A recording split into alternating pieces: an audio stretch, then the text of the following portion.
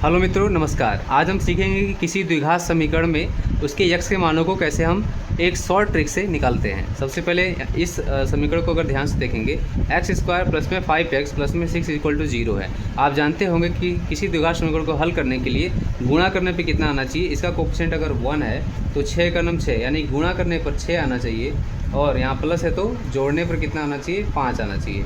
इसको short trick से हल करने के लिए सबसे पहले हमें दो संख्याओं को खोजना होगा। ऐसी दो संख्याएं खोजिए जिसको गुणा कर दे तो 6 आ जाए और जोड़ दे तो 5 आ जाए, यानी 2 और 3। अगर 2 और 3 का आपस में गुणा कराएंगे तो 6 आएगा, जोड़ेंगे तो 5 आएगा। यानी 5 को हम क्या लिख सकते हैं, 2 प्लस में 2 और प्लस में 3।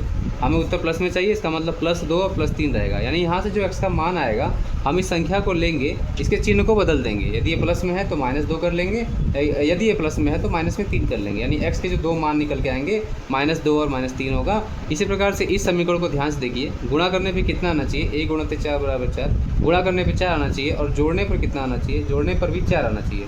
ऐसी दो संख्याओं को खोजिए, यानी 2, 2। इन दोनों संख्याओं को यदि गुणा कर दें तो 4 आएगा, जोड़ दें तो भी 4 आएगा। इसका मतलब इसको हम क्या लिख सकते हैं, इसको लिख सकते हैं 2, 2। लेकिन हमें माइनस में चाहिए, इसका मतलब ये भी माइनस, ये भी माइनस। माइनस माइनस करेंगे, जुड़ के -4 हो जाएगा। तो यक्स का मान क्या होगा, जैसा कि मैंने बताया, इसके चिन्ह को बदल दीजिए। माइनस में है तो प्लस में 2, माइनस में है तो प्लस में 2।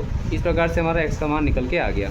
इसी प्रकार से अगर इस वाले समीकरण को हल करना है तो यहाँ पे देखेंगे गुणा करने पे कितना आ रहा है, 2 × 4 = 8। गुणा करने पे 8 आ रहा है, जबकि माइनस है तो घटाने पर 2 आ रहा है। एक काम करिए, ऐसी संख्या खोजिए जिसको गुणा करने पे 8 आ जाए और घटाने पे 2 आ जाए, यानी 4, 2।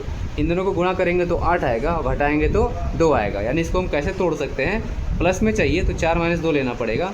अगर हमें प्लस में चाहिए तो 4 में से 2 जाएगा तो +2 आएगा। यानी जो यहाँ से एक्स का मान निकल के आएगा, हमने कहा था इसका चिन्ह बदल दीजिए, यानी हो जाएगा -4। लेकिन इसका एक्स स्क्वायर का कोएफिशिएंट है, यहाँ पे कोएफिशिएंट नहीं था, यहाँ पे कुछ नहीं था, यहाँ पे कुछ नहीं था, यहाँ पे लेकिन है। यदि यहाँ पे एक्स स्क्वायर का कोई कोएफिशिएंट होगा, उसे डिवाइड कराना पड़ेगा, यानी 2 से भाग कर देंगे और इसका प्लस में 2 से भाग करा देंगे। तो हमारा एक्स का मान क्या बन जाएगा, 2 से कटेगा 2 बार में, -2 आएगा, 2 से कटेगा 1 बार में, दिस इज द 1। यानी एक्स के जो मान आए हैं, -2 और 1 आए हैं।